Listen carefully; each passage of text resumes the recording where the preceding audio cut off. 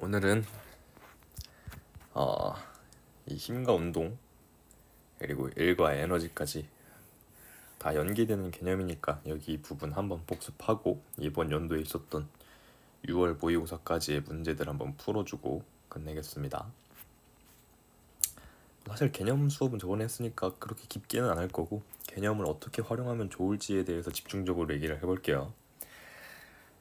일단 보통 대부분의 문제에선 가속도랑 속도를 안 줘요. 그러니까 속도만 주거든. 잘못 말했네. 가속도랑 시간을 안 줘요. 그러니까 속도만 주는데 그럼 그때 우리는 문제를 어떻게 풀면 좋을까? 속도랑 거리를 주면 거리를 속도로 나누면 시간이 나올 거죠. 혹은 거리는 안 줬는데 속도가 v에서 2v가 됐다. 그러면 가속도를 준 거지. 그러니까 시간을 임의로 놨을 때 가속도가 t초 동안 델타 v만큼의 가속도가 존재하는 거니까 속도 변화량을 살펴보거나 혹은 평균 속도 대 거리의 비율을 활용해서 시간을 구할 수 있겠다. 즉 가속도 곱하기 시간이 속도 변화량으로 계속 일정할 거고 속도 곱하기 시간이 이동한 거리일 테니까 시간을 안 줬어도 거리를 줬다 그럼 평균 속도를 활용할 생각을 해야 되고 속도 변화량을 줬다 그럼 가속도를 활용해야 할 생각을 해야겠다. 특히 가속도는 언제나 등가속도 운동일 가능성이 크니까 가속도는 언제나 일정하다를 활용해서 속도 변화량이 같다면 시간 변화량도 같겠지. 속도 변화량이 2배다 그럼 시간 비율도 2배일 거다 하는 식으로 가속도를 중심적으로 좀 잘 활용할 줄 알아야 됩니다. 이번 연도 3월 문제 한번 풀어볼게요. 나머지는 그림에 다 있고 운동하는데 걸리는 시간이 A, B랑 C, D랑 같다 했으니까 A, B랑 C, D까지 가는 데의 시간을 T초라고 넣어봅시다. 그럼 등가속도 직선 운동이라 했으니까 시간이 같다면 속도 변화량도 같겠죠. 속도 변화량은 AT로 인정하는 연습을 하자 했죠. 당연히 A 곱하기 T가 속도 변화량이겠지. 가속도의 의미가 그거니까. 그래서 가속도를 A라고 가정하면 B에서의 속력은 V 더하기 AT겠죠. 속도가 늘어났으니까. C는 반대로 속도가 D보다 작겠죠. 그러니까 4V에서 AT만큼의 속력 차이가 나겠다. 그래서 빼기 AT를 해주면 되겠네요. 근데 거리를 줬죠. 그러니까 방금 말했듯이 AT 속도 변화량과 VT 이동한 거리를 이용할 수 있겠다. 시간을 둘 다 줬으니까. 그럼 평균 속도 곱하기 시간이 이동한 거리예요. 평균 속도 곱하기 시간이 이동한 거리인데 시간은 일정하고 거리가 3배니까 평균 속도가 3배겠다. 그럼 A, B에서의 평균 속력은 2분의 2V 더하기 AT고 여기다가 3배 한 게 CD에서의 평균 속도 2분의 8V 더 빼기 AT가 되겠다.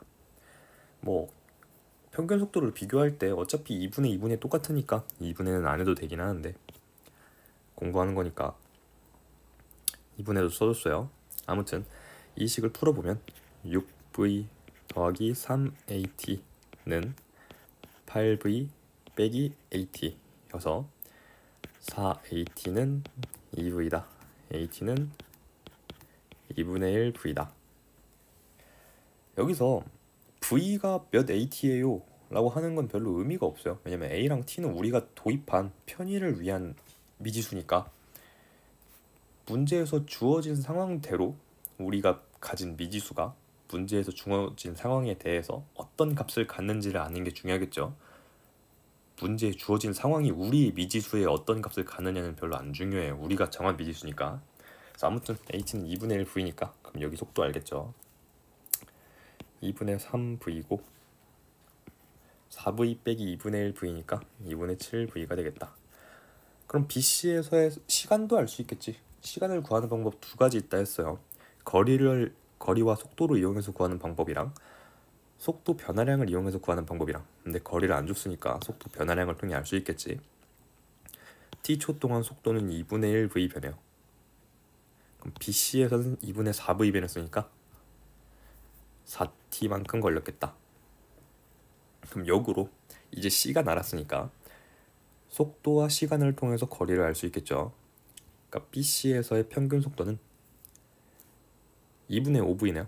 그러니까 X는 2분의 5v 곱하기 4t가 될 거예요. 근데 t는 우리가 임의로 정한 미지수니까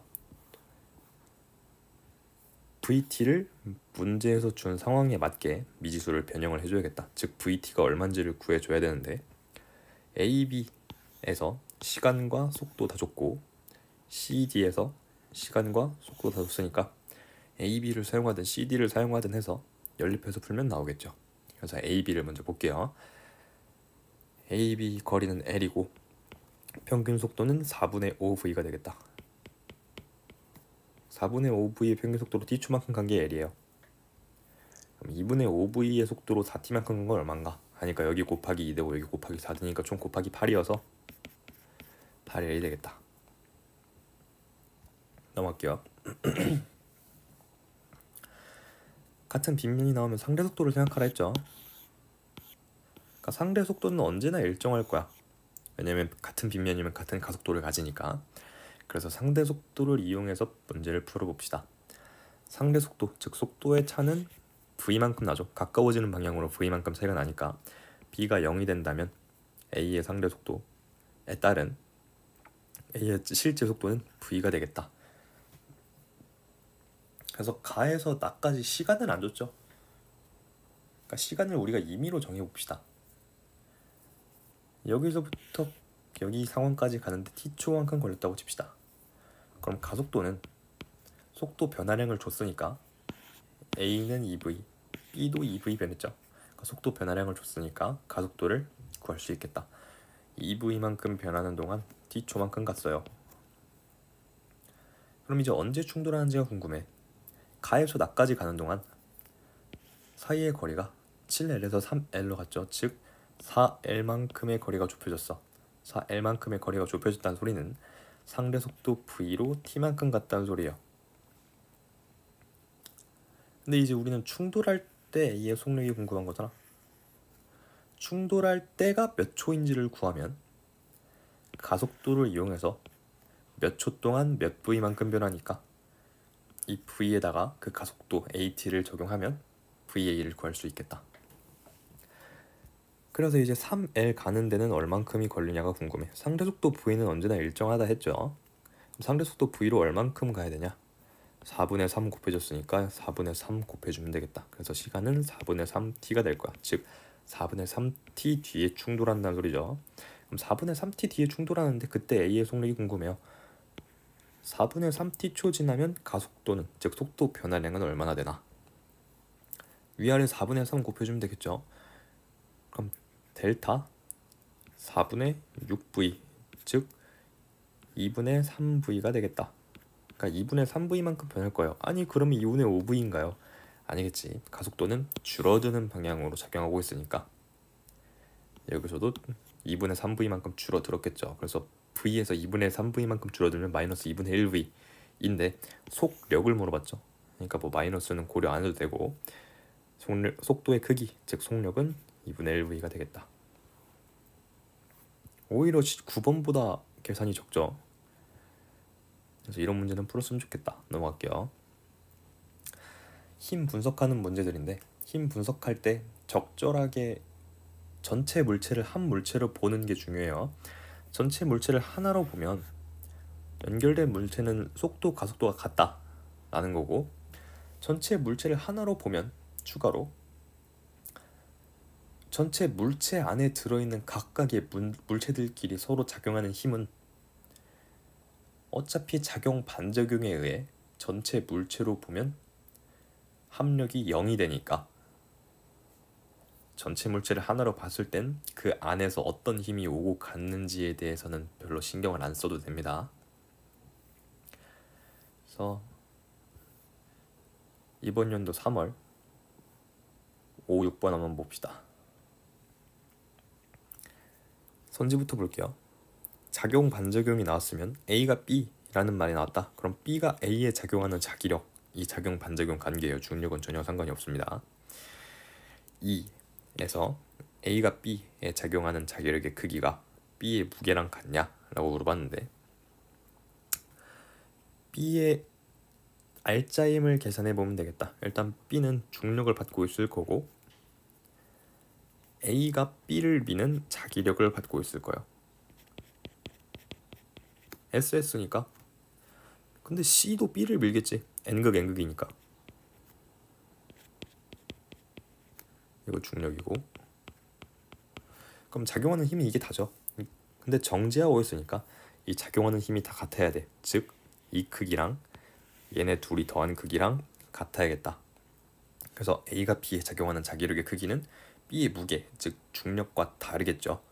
A가 B에 작용하는 자기력의 크기는 그거보다 큽니다. C가 B에 작용하는 자기력까지 이겨내고 있기 때문에 1과 2에서 A가 B에 작용하는 자기력의 크기는 같냐? 라고 물어봤는데 자석의 성질을 알고 있다면 조금 더 가까워졌죠.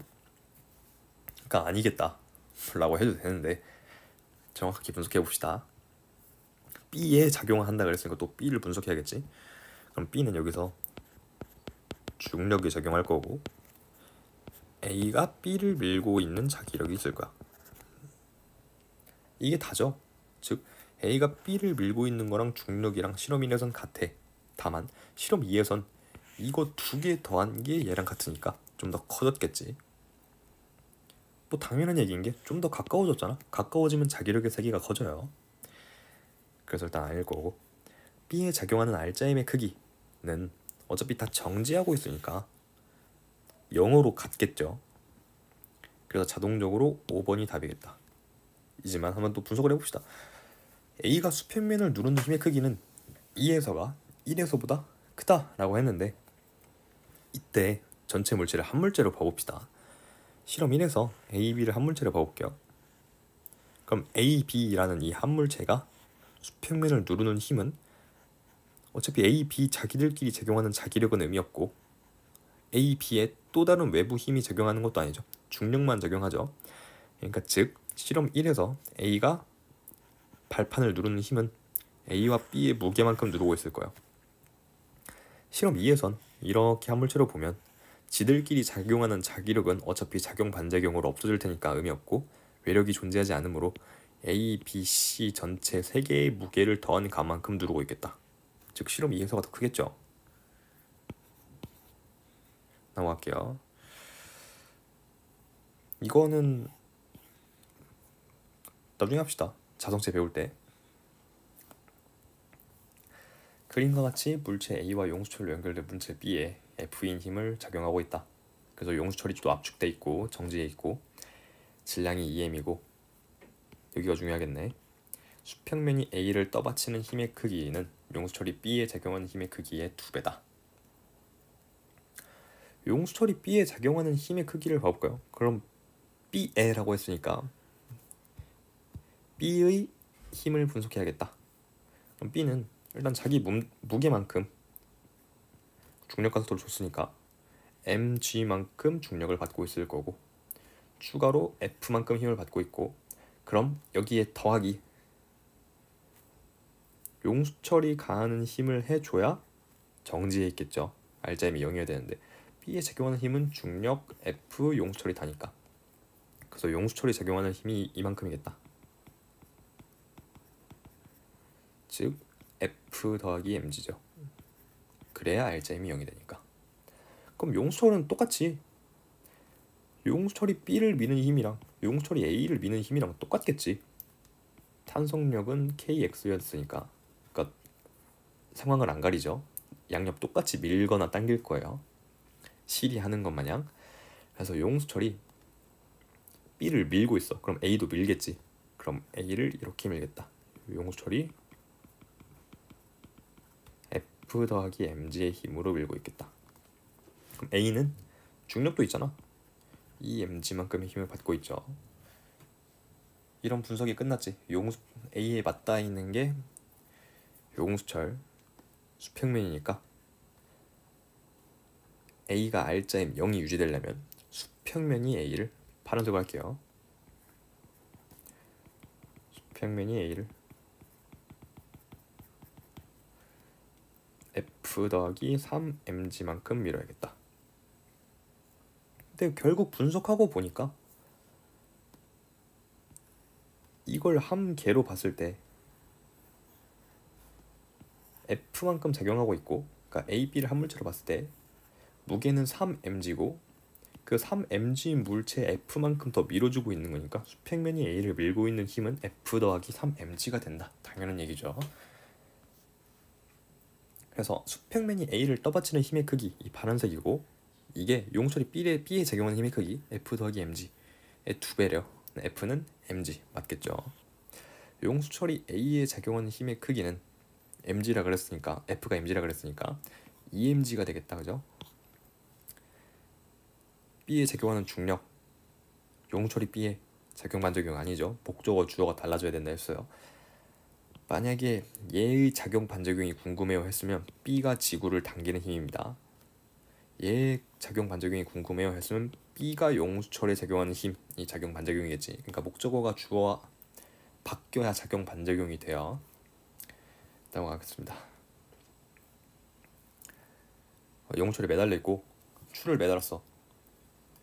용철 저울의 무게는 2n이다.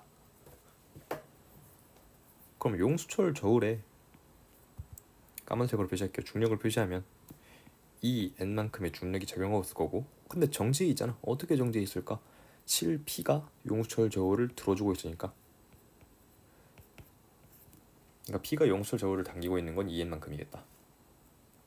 또 용수철 저울과 추를 하나로 봐볼까요? 아니, 하나로 보지 말자. 추의 무게가 10n이잖아. 그러니까 용수철 저울의 눈금이 10으로 나타냈으니까 추의 무게는 10n이야. 근데 추는 정지해 있지. 왜? 용수철 저울이 추를 당겨주고 있으니까. 파란색으로 할게요. 그럼 용수철 저울이 추를 10N으로 당겨주고 있다. 그럼 작용 반작용으로 추가 용수철 저울을 10N만큼 당기고 있겠지. 그러니까 용수철 저울의 눈금이 10N으로 나온 거 아니야? 그리고 추가로 용수철 저울의 무게는 아래로 2N입니다. 근데 용수철 저울 정지하고 있지. 왜 정지하고 있을까? P가 당기고 있으니까. 그래서 P가 용수철 저울을 당기는 힘은, 용수철 저울이 정지하려면 12N만큼 당기고 있어야 맞겠다. 물론 뭐 이렇게 복잡하게 분석할 수도 있지만 그냥 이걸 하나로 보면 용수철 저울 무게 2N이고 추 무게 10N이니까 총 12N으로 당겨줘야 유지가 되겠죠.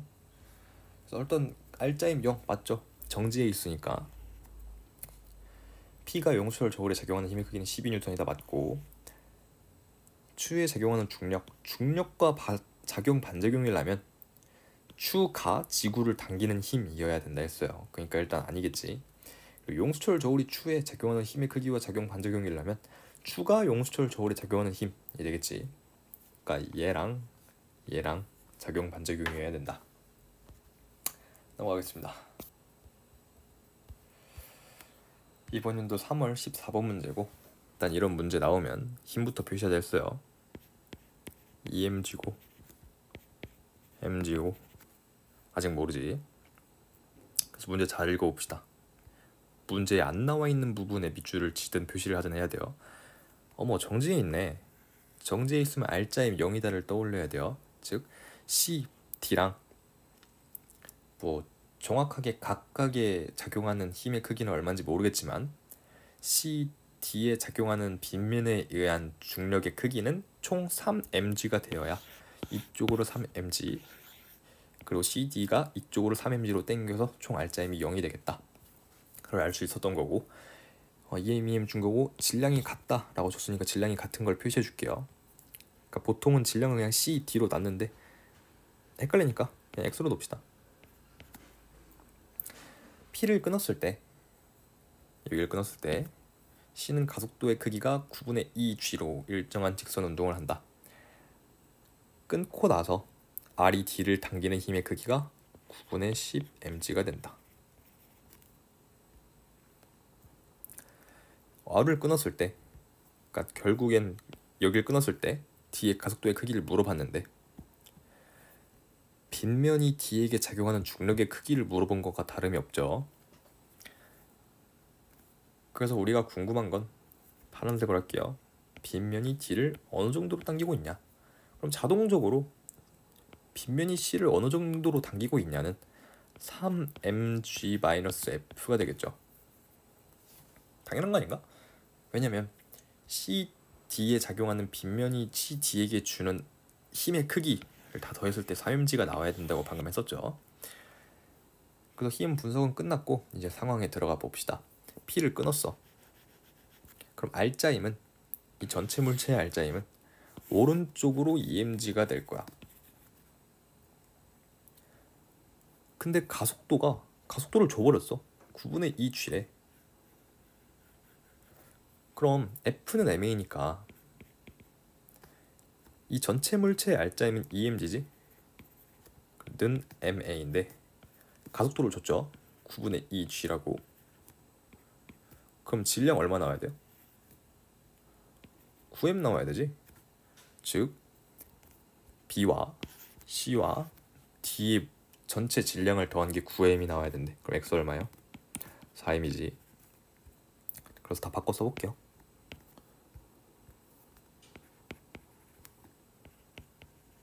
이러면 다 구한 거지. R자임을 알 수 있잖아. 질량과 가속도를 알고 있으니까 각각의 물체의 또 다른 F는 MA를 쓰면 가속도를 구할 수 있겠다. 그리고 힌트를 이 장력을 줬으니까, 그리고 우리가 구해야 되는 건 이 D니까 D의 R자임을 분석하면 F를 구할 수 있겠죠. 그래서 분석해 봅시다. 일단 D의 R자임은 알아. 9분의 2 곱하기 4m일 거야. F는 MA니까 R자임은 이렇게 표시하기로 했죠. 4m 곱하기 9분의 2 G니까 9분의 8 mg가 되겠다. 이 방향이겠지. 그죠? 그리고 실은 얘를 이쪽으로 당기고 있겠지.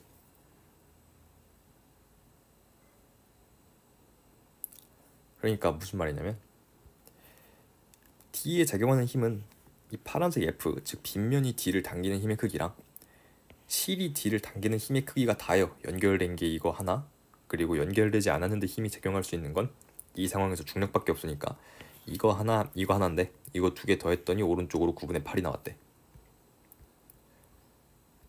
즉 9분의 8은 9분의 8 mg는 F 빼기 9분의 10 mg겠죠. 그래서 F는 9분의 18 mg, 즉 2 mg겠다. 그럼 뭐 자동적으로 C도 mg였다 알 수 있는데 뭐 이 문제에서는 의미가 없었네요. 어차피 D만 구하면 되니까. 그래서 끊었어. R을 끊었어. 그럼 D 혼자 R자임이 F는 EMG 그대로 가겠지. 왜냐면 D와 연결된 물체가 없을 테니까. 그럼 D 혼자 4m인 물체가 R자임 EMG로 내려가고 있을 때 가속도가 얼마인가요? 물어보면 F는 MA니까 가속도가 2분의 1 G여야 R자임 EMG가 나오겠죠. 넘어갈게요. 문제 나오면 중력부터 표시하자 했습니다.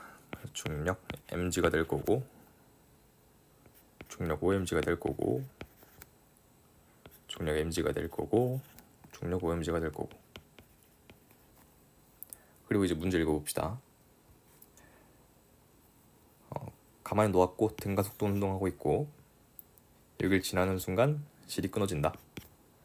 등가속도 운동하여 속력이 0이 되는 순간 그려져 있고 질량 써져 있고, 여기가 중요하겠네. 여기는 물체의 표시가 안 돼 있으니까. 거리가 2대 3이래 여기랑. 그럼 거리를 줬으면, 그리고 속도를 줬잖아. 그러니까 P에서 Q까지 EAS 값이 똑같겠지.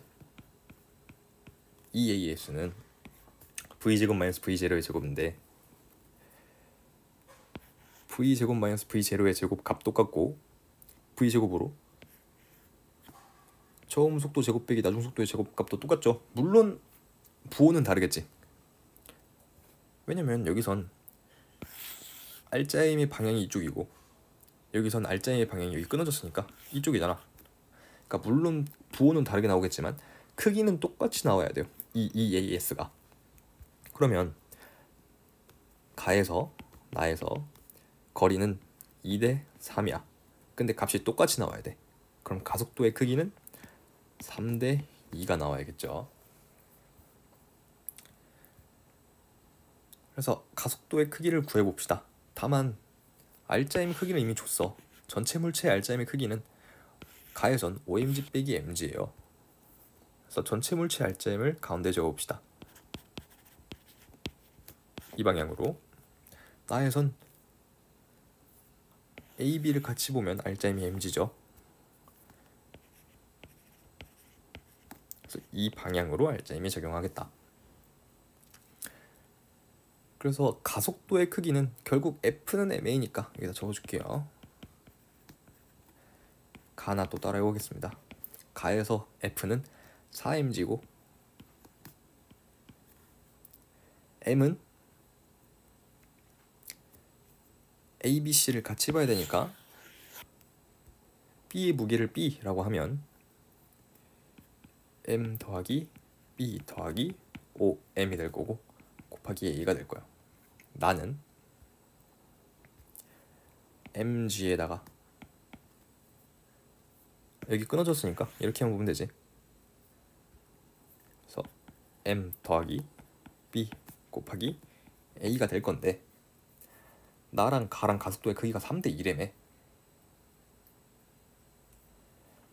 그럼 결국 우리가 궁금한 건 질량인데 질량을 구하고 싶어. 그럼 가속도로 양변을 나눠줘야겠지. 나눠봅시다. 나누면 정확한 값이 얼마인지는 모르겠지만 얘네 둘이 몇 대 몇인지는 알 수 있잖아. 즉 여기는 3대 2로 나눠요. 그럼 결국 3분의 4대 2분의 1의 값이 나올 거 아니야. 얘네가 3분의 4대 얘네가 2분의 1. 즉 깔끔하게 쓸게요. 가 나에서 6m 더하기 b 대 m 더하기 b가 3분의 4 대 2분의 1. 즉 8대 3이 나와야 된대. 그럼 b가 2m이면 되겠네. 물론 뭐 전기에서 풀어도 되지만 b는 어차피 정수니까 그냥 대충 때려 넣으면 맞겠죠. b가 2m이면 8대 3이 나오니까 b는 2m이겠다. 어렵지 않죠? 물론 발상은 조금 어려웠는데 거리의 비율을 줬다 그러면 의심을 해봐야 돼요. 이 AS 값을. 넘어가겠습니다. 가에서 물체 A, B, C가 실로 연결되어 등거속도 운동한다. 질량 3m8m이고 실 P가 B를 당기는 힘의 크기가 4분의 9mg다. 이건 표시해야겠네. 안 써져 있으니까. 나는 가에서 A, C의 위치를 바꾸어 연결했을 때 등가속도 운동한다. B의 가속도의 크기는 나에서가 가에서의 2배이다. C의 질량을 구하시오. 일단 중력부터 표시를 해봅시다. 3mg고 B는 모르죠. 빗면 위에 있으니까. C는 질량을 C라 하면 Cg만큼 가고 있을 거야.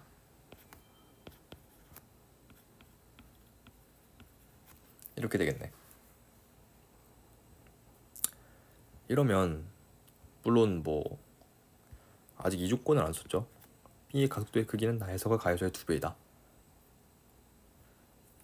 근데 이 조건을 안 써도 사실 바로 보이면 좋겠는데 A의 R자임을 구할 수 있어요. 왜냐면 A에 연결된 건 실 하나고 중력 알고 실이 주는 힘도 알고 있으니까 중력에서 실이 주는 힘 빼면 A의 R자임 나올 거고 A의 R자임을 알면 A의 질량도 아니까 A의 가속도도 알 거고 결국 A의 가속도는 B의 가속도, C의 가속도랑 똑같으니까 가속도의 크기를 알 수 있겠다. 그래서 A의 R자임을 한번 구해봅시다. 여기다 적을게요. A의 R자임의 크기는 아래로 3mg 그리고 위로 4분의 9mg만큼 당기고 있는 놈을 빼야 되니까 4분의 12에서 4분의 3 빼서 4분의 3mg가 되겠다. 아래 방향으로. 그럼 가속도는 얼마예요? F는 mA니까 4분의 4 mg라는 알짜임을 3m으로 나누면 4분의 1 g가 되겠다. 그럼 자동적으로 B의 가속도의 크기가 나에서 가에서의 2배라 했는데 B든 A든 C든 어차피 가속도의 크기는 똑같을 거 아니야? 실이 안 끊어졌으니까. 그래서 나에서의 가속도의 크기는 2분의 1 g가 되겠다.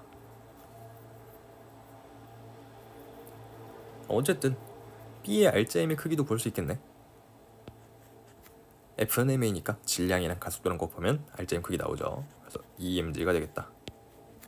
그럼 여기선 4mg가 되겠죠. 이 방향으로 얘도 구할 수 있겠지. 2분의 1 g면 F는 mA니까 2분의 3 mg만큼의 알짜임을 가지고 있겠다. 이 방향이겠지. 그러면 이 장력을 구할 수 있겠죠? 이 장력 얼마야?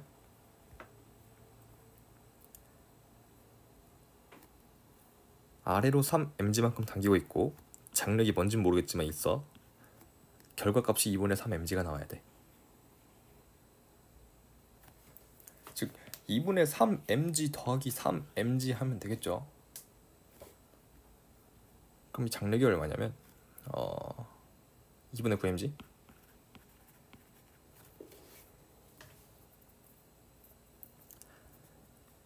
지금 뭐 하고 있는 거냐면 A를 기준으로 구할 수 있는 건 다 구한 거예요. 왜냐면 A만이 가지고 있는 중력 그리고 장력, 알짜임 확실하게 구할 수 있었으니까. 그래서 이걸 토대로 이제 C와 B와의 관계를 한번 구해봅시다. B가 빗면에서 가지고 있는 힘의 크기를 F라고 해봅시다. 가 상황을 봅시다. 어쨌든 다 더하면 2mg가 나와야 돼.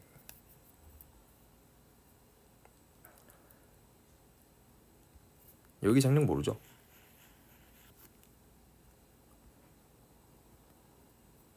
그래서 그 장력을 구하려면 구할 수 있죠. C에 관한 미지수로. C의 알짜임은 4분의 1 cg가 될 거야. 위쪽으로. 그럼 장력이 4분의 5 cg여야겠지. 그래서 가를 분석해 봅시다. B를 봤을 때 EMG라는 알짜임이 나오려면 아래로 F라는 힘과 4분의 9mg라는 힘이 있고 뒤로 4분의 5 cg라는 장력이 적용하고 있죠. 이게 2mg여야 되고 나는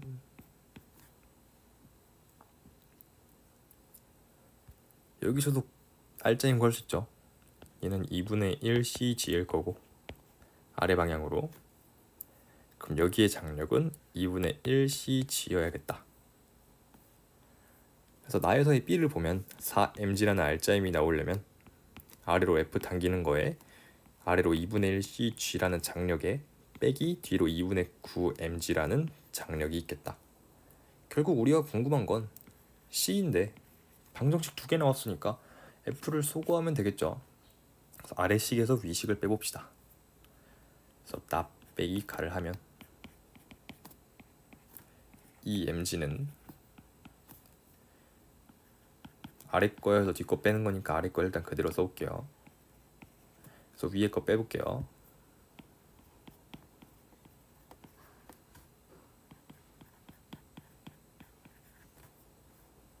정리하면 얘는 얼마냐? 마이너스 4분의 27mg죠. 얘네는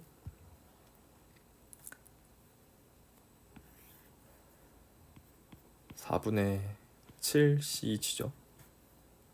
그래서 넘기면 4분의 27 더하기 2mg는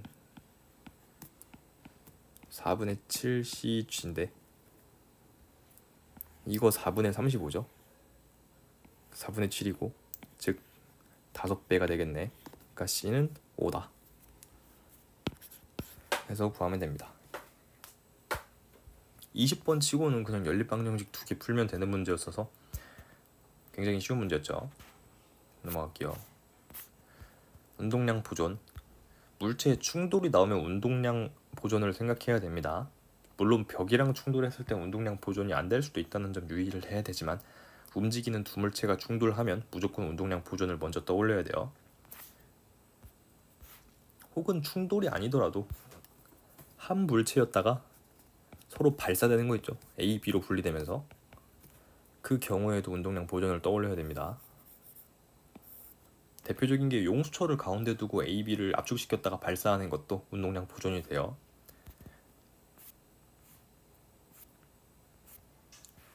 그래서 일단 3월 11번부터 봅시다. 수평면에서 용수철을 압축시킨 채로 정지해 있던 물체 AT를 영초일 때 가만히 놓았다. 그럼 일단 얘네들은 이렇게 갈 거고 용수철이 여기 있으니까 얘네들도 이렇게 가겠지. 그럼 가면 당연히 BC가 충돌하겠네 했는데 충돌한 걸 보여줬어. 어머 근데 정지했네. 이게 무슨 말이냐면 A, B는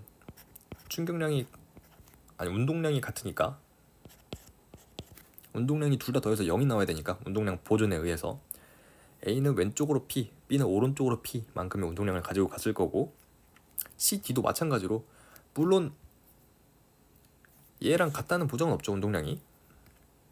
그래서 P'이라고 쳐봅시다. 그래서 이런 식으로 운동하고 있었는데 그럼 얘네 둘이의 운동량은 이거 두 개 더한 건데 아니 이거 두 개가 더한 게 0이래. 그럼 얘네 둘이 크기 똑같다는 소리잖아.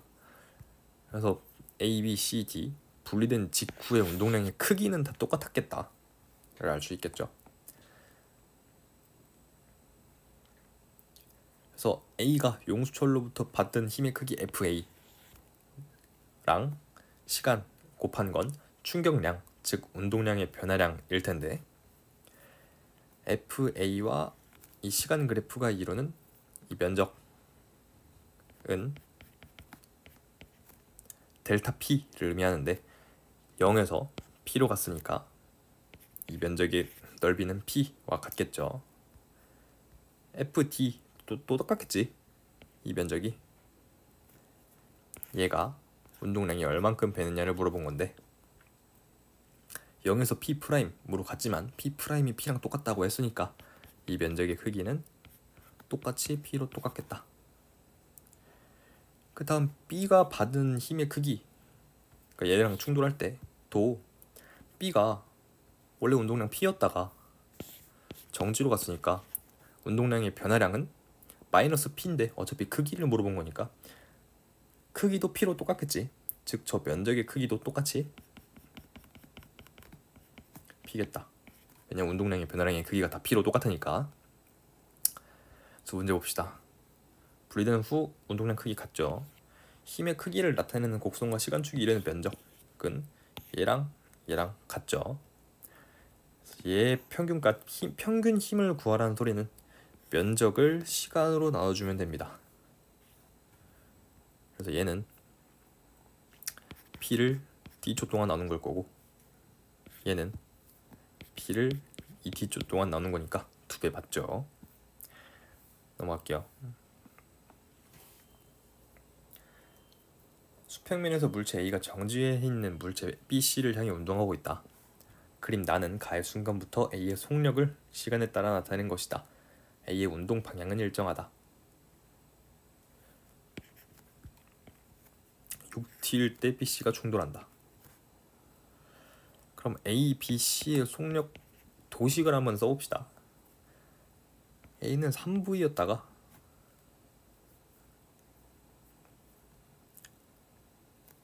4부터 14초까지 V가 돼요. 그 다음 14초 이후엔 몰라.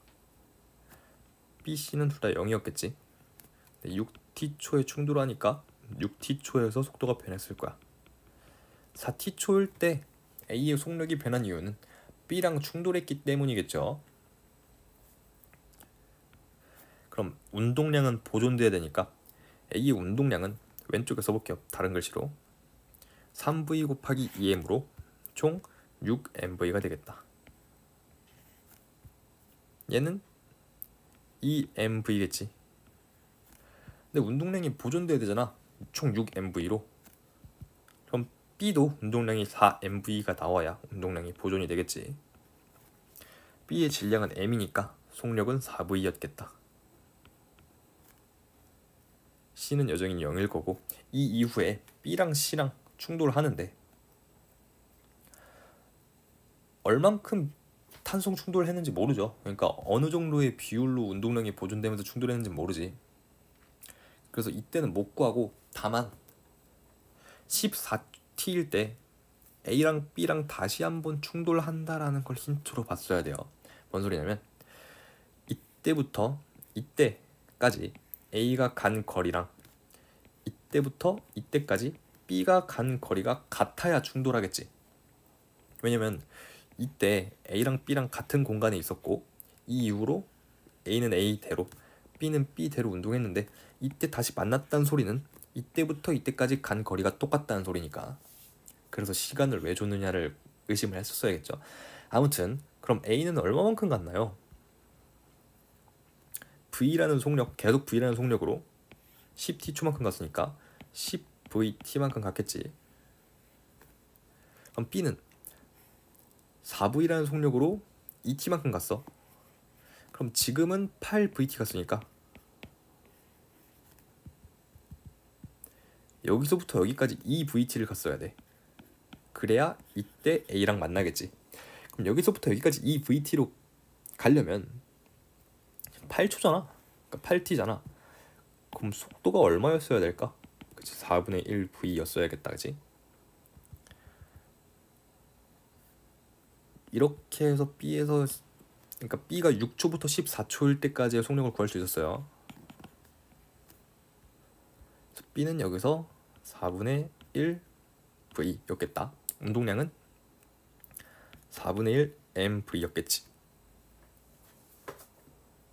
그럼 운동량이 보존돼야 되니까 얘네 둘이 충돌했잖아. 6T초일 때, 이때. 그럼 이때 B가 가지고 있던 운동량은 4mV였고 4분의 3mV가 됐다. 근데 얘네 둘이 운동량 더한 게 충돌 전과 후가 똑같아야 되니까 C의 운동량은 얼마여야 될까요? 저 4분의 15mV였겠지. 그럼 C의 속력은 운동량을 질량으로 나누면 되잖아. 그러니까 16분의 15V였겠다. 그래서 8T초일 때 C의 속력을 물어봤는데 C의 속력은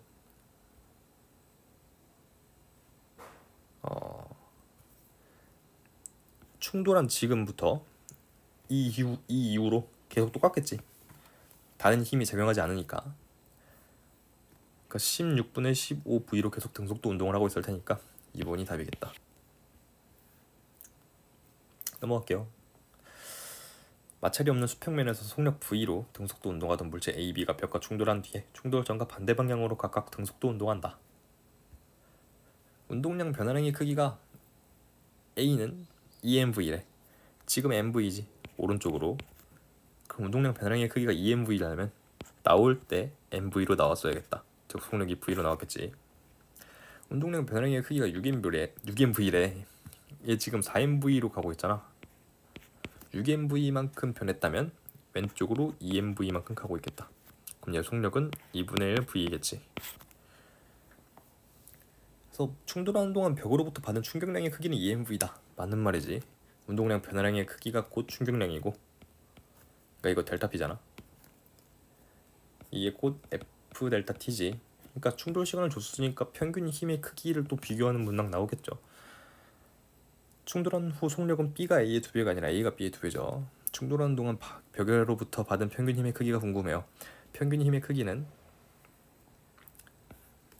충격량, 즉 얘를 시간으로 나누면 되겠다. 그래서 A는 2mV를 T로 나눈 거고 B는 6mV를 2T로 나눈 거니까 2대 3이죠. 그 맞네. 넘어갈게요. 마찰이 없는 수평면에서 0초일 때 같은 방향으로 등속도 운동하고 있고 A, B 사이의 거리와 B와 벽 사이의 거리는 12m로 같다. 그림 나는 가에서 A, B 사이의 거리를 시간에 따라 나타낸 것이다. A, B 사이의 거리가 일정해 3초까지는, 즉 얘네들이 룰루랄라 가고 있어. 근데 거리가 안 좁혀졌단 소리지. 그럼 얘네들의 속도가 똑같았겠지. 그 다음에 충돌했어. 누가 충돌했겠어요? A, B는 벽이 없었다면 영원히 못 만나잖아. 근데 B가 가다가 벽이랑 충돌한 거지. 그래서 거리가 갑자기 좁혀져. 그래서 이때 A, B가 충돌하겠네. 그럼 이때 B가 벽이랑 충돌한 거고, 이때 A와 B가 충돌하겠다. 그럼 A와 B의 속력, 운동량, 도식을 한번 그려봅시다. 시간을 왜 줬겠니? 정확한 시간을 줬잖아. 정확한 거리를 줬고 속도를 알 수 있겠지. 12m를 3초 동안 갔어. 그럼 B의 속력은 4m/s였겠다. A의 속력도 그럼 4m/s였겠지. 왜냐면 거리가 유지되고 있으니까. 3초 이후에 충돌했어. 그래서 거리가 2초 만에 12가 좁혀져. 그 말은 즉 상대 속도가 6m/s였단 소리지. 근데 A는 충돌을 안 했으니까 가만히 있겠지. B가 충돌했으니까 속력이 변했을 거야. 그러니까 B가 충돌해서 반대로 오고 있겠지. 그게 마이너스 2m/s면 상대 속도가 6m/s가 나오겠다. 그럼 그 다음에 충돌해.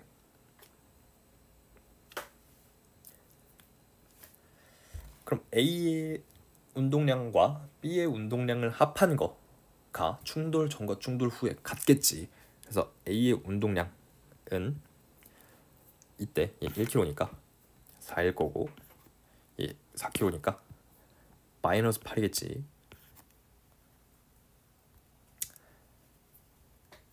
그래서 충돌한 뒤에 A의 속력이 궁금해요 라고 했네. 그러니까 이렇게 와서 충돌해. 근데 결국에는 다 합한 게 여기로 가야 돼. 그럼 A는 일단 여기로 가야 되는 거 맞지? 그러니까 마이너스 V가 붙여줬어야겠네. 마이너스 V고 속도가 이만큼 차이 나야 되니까 마이너스 V 더하기 이만큼 해주면 되겠다. 아, 헷갈렸네. 그럼 얘 운동량은 마이너스 V일 거고, 이 운동량은 마이너스 4V 더하기 8이겠다. 그럼 둘이 더하면 마이너스 5V 더하기 8이고, 이게 마이너스 4가 나와야 돼. 그럼 마이너스 5V는 마이너스 12고 V는 5분의 12가 나오겠다. 그래서 2번이 답이 되겠다. 그래서 충돌한 뒤에 A가 어느 방향으로 갈지를 조금 생각을 해봤어야 돼. 근데 A는 무조건 왼쪽으로 갈 수밖에 없잖아. 만약에 A가 이쪽으로 가, 그럼 B도 이쪽으로 가야 되는데, 그럼 운동량의 합이 마이너스가 안 나오지. 그래서 일단 A는 왼쪽으로 가겠다 해서 속력을 마이너스 V로 놨어야 됐네. 조금 생각을 했어야 되는 문제였다.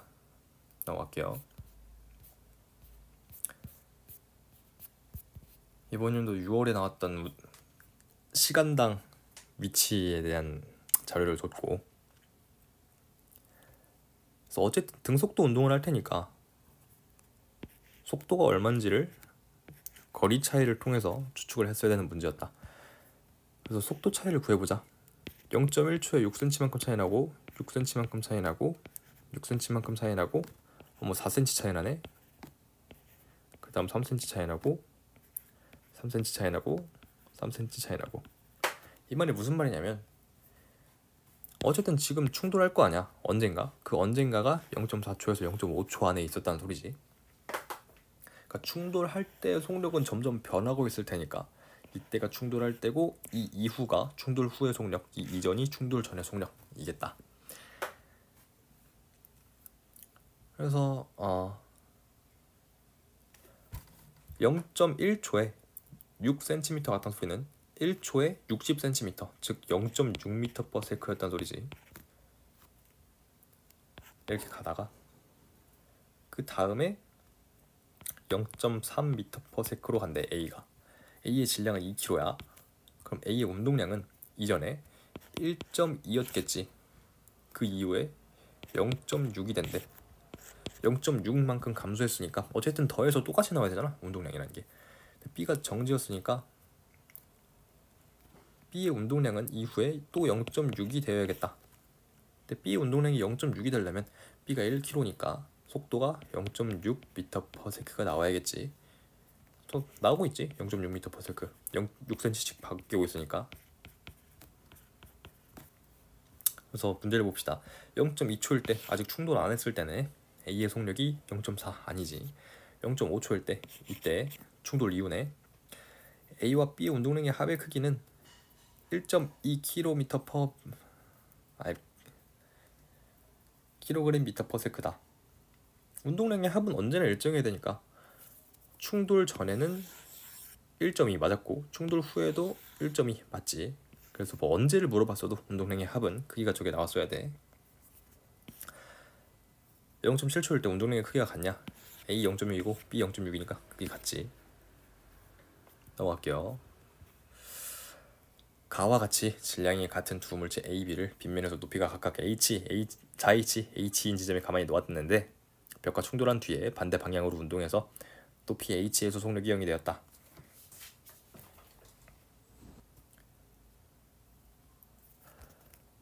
A는 이렇게 갔다가 에너지를 조금 잃었네. 그 다음에 이렇게 온 거고, B는 이렇게 갔다가 그대로 온 거지. 질량이 같은 두 물체니까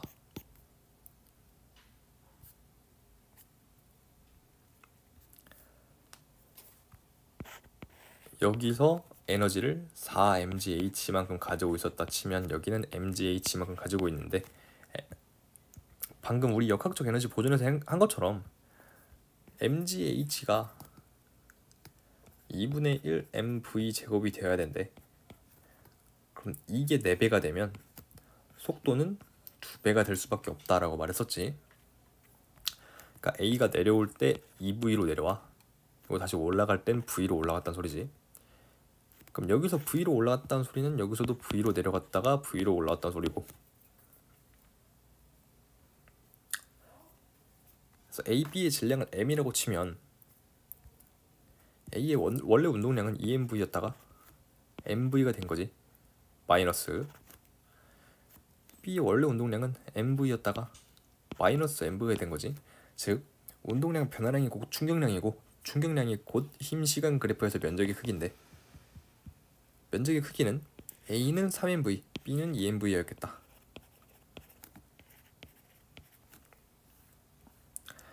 그래서 운동량의 크기는 충돌 직전에 충돌 직후의 2배냐? 맞는 말이지. 충돌 직전이 2MV고 충돌 직후가 마이너스 MV니까 2배 맞지. 곡선과 시간축이 만드는 면적은 A가 B의 2분의 3배다. 맞지. 충돌하는 동안 벽으로부터 받은 평균 힘의 크기는 면적을 시간으로 나누면 된다 그랬어. 그래서 A부터 구해봅시다. A는 3MV를 2T로 나눈 거고 B는 2MV를 3T로 나눈 거지. 2배는 아니겠다 일단. 그지? 4분의 9배네. 넘어갈게요. 마지막 1과 에너지인데, 1과 에너지 이건 일단 다 알고 있어야 되고 당연히 추가로 1과 에너지를 분석할 때 어디서 에너지가 보존되고 어디서 에너지가 보존이 안 되었는지, 즉 외력이 어디서 작용됐는지를 먼저 생각을 해두고 들어가면 편해요.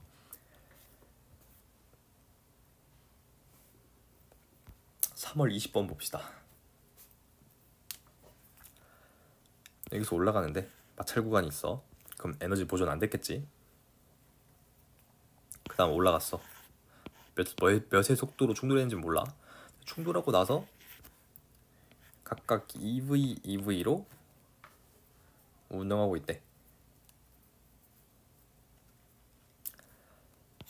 A가 마찰 구간을 올라갈 때와 내려갈 때 손실된 역학적 에너지는 같다. 뭐 당연하겠지. 마찰 구간의 길이가 같으니까. 나 이후 A, B는 각각 P를 속력 VA 3V로 지난다. 그러면 여기는 안 준 거고 B가 이렇게 내려가서 여기서 3V의 속력으로 내려간대. 그리고 질량 비율 줬지. 얘가 M이고 얘가 3M이야. 아니 이러면 충돌을 줬으니까 운동량 보존을 떠올려야겠지. 충돌 후 A의 운동량은 왼쪽으로 2mv이고 B의 운동량은 오른쪽으로 6mv야. 그 운동량의 합이 총 4mv가 나와야 되니까 여기서 A가 와서 충돌하기 직전에 A의 운동량의 크기도 오른쪽으로 4mv였겠다. 여기가 정지니까. 그럼 A의 속력 알 수 있지? A는 4V로 올라왔겠네.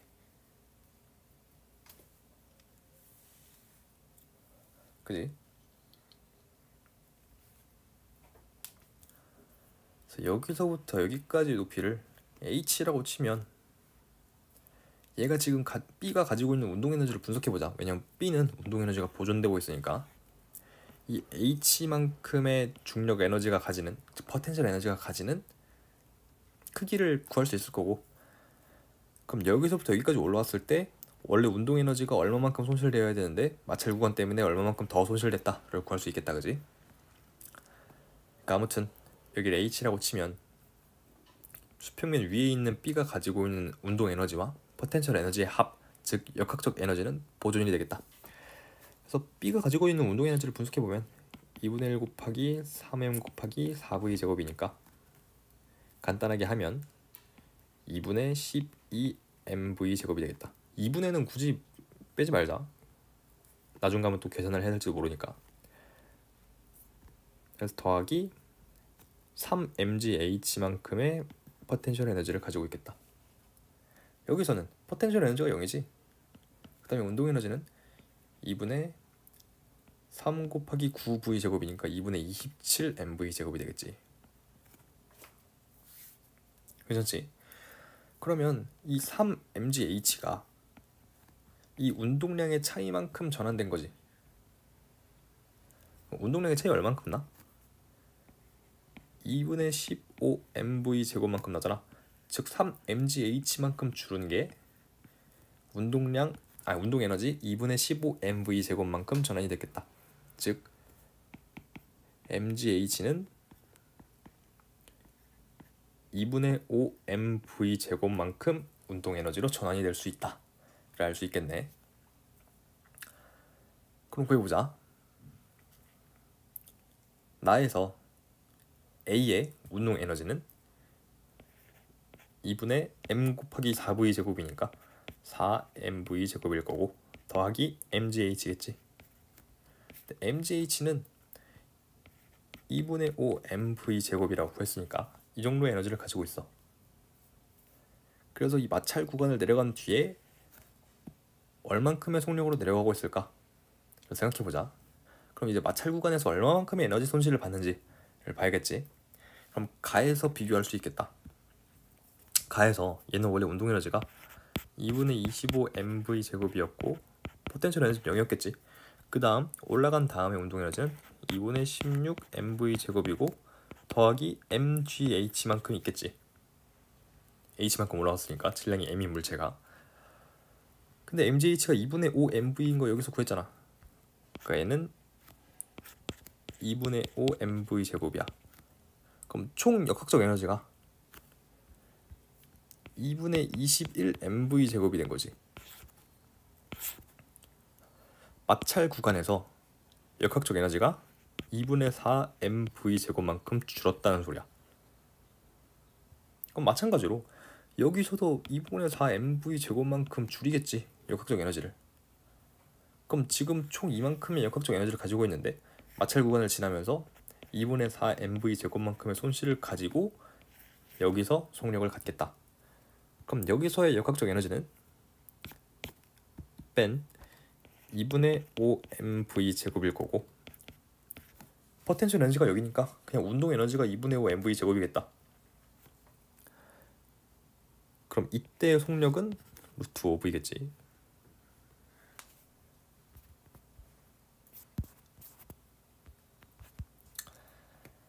높이가 3h인 평면에서 질량이 각각 m, 2m인 물체에 써있고 압축시키고 놓았어.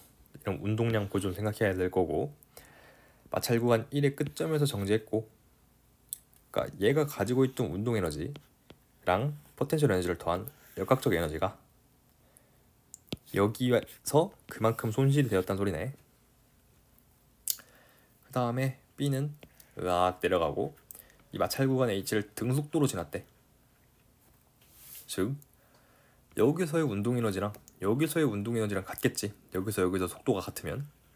그 말은 즉 이 마찰 구간에서 원래 마찰 구간이 없었다면 h만큼의 포텐셜 에너지가 운동 에너지로 전환이 됐어야 되는데 그게 안 됐단 소리지. 즉 h만큼의 포텐셜 에너지만큼 역학적 에너지 손실이 났다라는 소리야.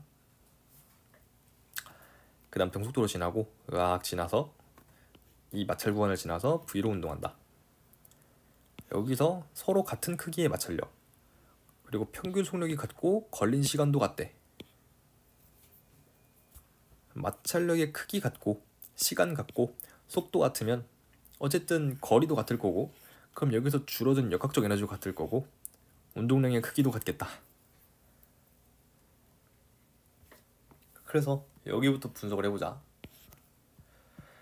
여기서부터 여기까지 걸린 평균 속도가 같대. 그리고 시간도 같아.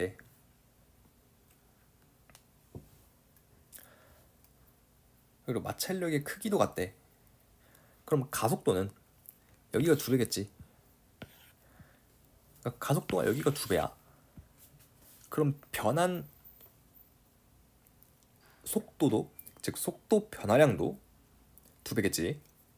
시간이 같으니까.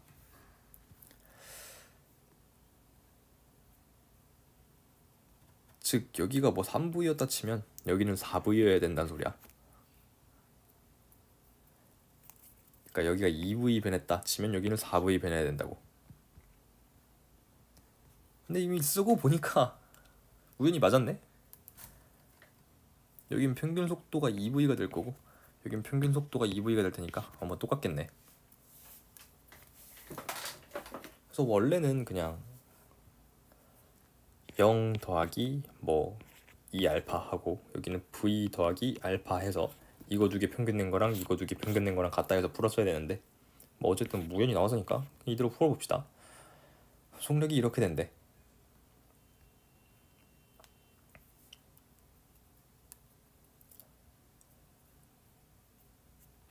그럼 일단 운동 에너지를 분석해보자. 여기서 A의 운동 에너지는 2분의 16 mv 제곱 더하기 0일 거고 여기서는 2분의 2 곱하기 9니까 2분의 18 mv 제곱 더하기 0일 거야.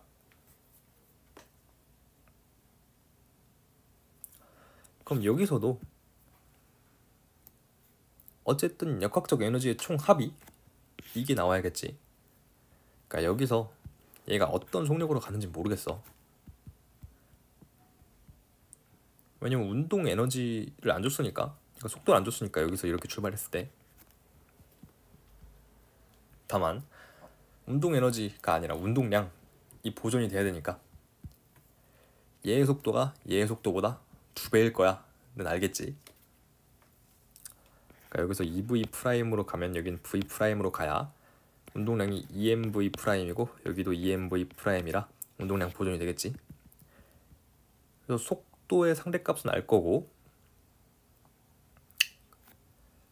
얘가 2v 프라임이야. 그럼 운동 에너지는 2분의 1 m 곱하기 4v 프라임이 될 거고 얘는 2분의 1 곱하기 2m 곱하기 v 프라임의 제곱이 될 건데 운동 에너지의 값이 2배가 되지.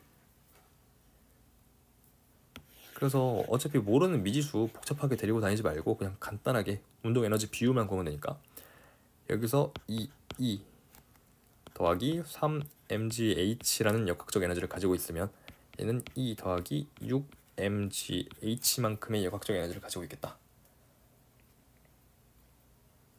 괜찮지?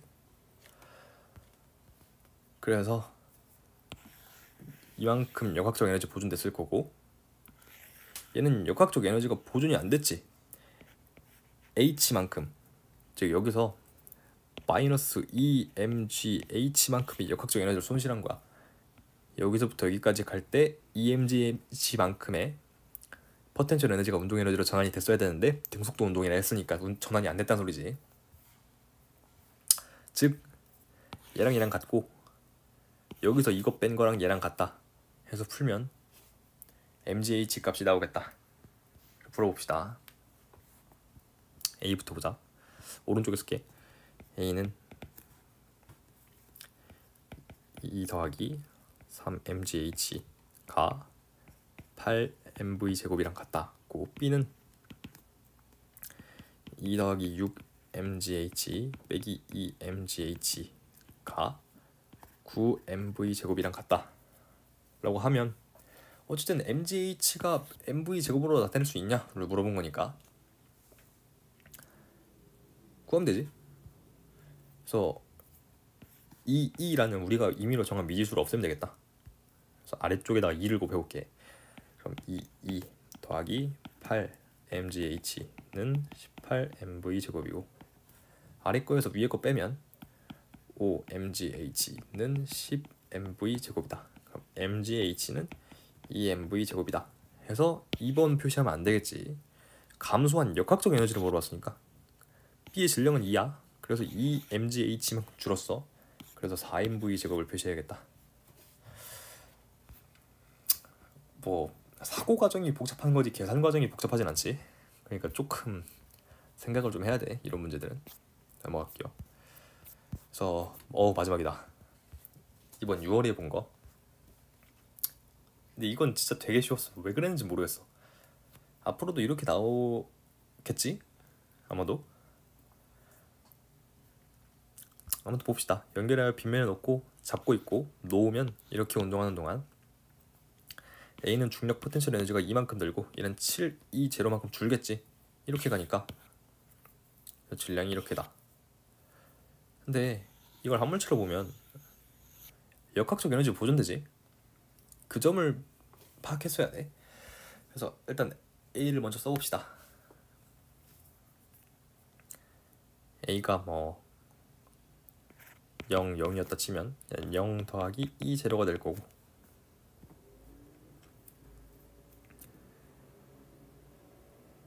얘가 7, 2 제로만큼 있었다 치면 그 다음 얘는 0이 된다 이 소리지. 포텐셜 에너지가 뭔 소리냐면 얘는 올라가니까 2만큼 늘고 얘는 줄어드니까 7만큼 줄어든다는 소리야. 그러니까 1만큼 늘고 7만큼 줄었어. 즉 마이너스 6, 2 제로만큼 포텐셜 에너지가 준 거지, 이 전체 물체에서. 근데 마이너스 6, 2 제로만큼 포텐셜 에너지가 줄었던 소리는 이 전체 물체는 역학적 에너지가 보존되니까 운동 에너지가 총 6, 2 제로만큼 늘어야 돼. 근데 어쨌든 속도는 같잖아. 그러니까 운동 에너지가 2분의 1 mv 제곱인데 속도가 같아? 그럼 질량 비율대로 운동 에너지가 배분이 되겠다. 운동 에너지 총 6, 2 제로 나와야 돼. 1대 2대 3이야. 그럼 여기 운동 에너지 2 제로 나올 거고, 얘는 0에서 2 제로 됐을 거고, 얘는 3, 2 제로가 됐겠다. 그래서 보면 운동 에너지 변화량과 중력 포텐셜 에너지 변화량이 같냐 했을 때 같지. 2 제로만큼 늘었으니까. B의 가속도의 크기가 궁금해요. 에너지 줬고, 그러니까 운동 에너지지 지금. 그리고 질량 줬고 거리 줬어. 이런 의심을 했어야겠지. A가 D만큼 움직이면 당연히 B도 D만큼 움직여. 속도가 같고 시간도 같으면 당연히 같은 거리를 움직이겠지. 즉 Fs R자임이 한 일은 운동 에너지 변화량이다를 떠올렸으면 됐다. 그래서 R자임은 EM 곱하기 가속도였을 거고, 이동한 거리는 D고 운동 에너지 변화량은 2 제로지. 그래서 가속도를 구하래. 이거겠지. 그래서 아니다. 역학적 에너지의 변화량은 B가 C보다 크다. B는 2 제로만큼 변했지. C는 7에서 3으로 됐어. 즉 4만큼 줄었네. 그러니까 C가 더 커요. 그래서 아니다. 그래서 19번은 굉장히 쉬웠죠. 그래서 이번 영상 보면서 복습 열심히 하고 모르는 거 있으면 물어보고, 다음 수업 시간에 이거 검사할 거니까 내용들 다 외워서 와야 돼. 그러니까 적어도 개념은 다 외워서 와야 돼. 뭐 잡기술 이런 건 그렇다 쳐도.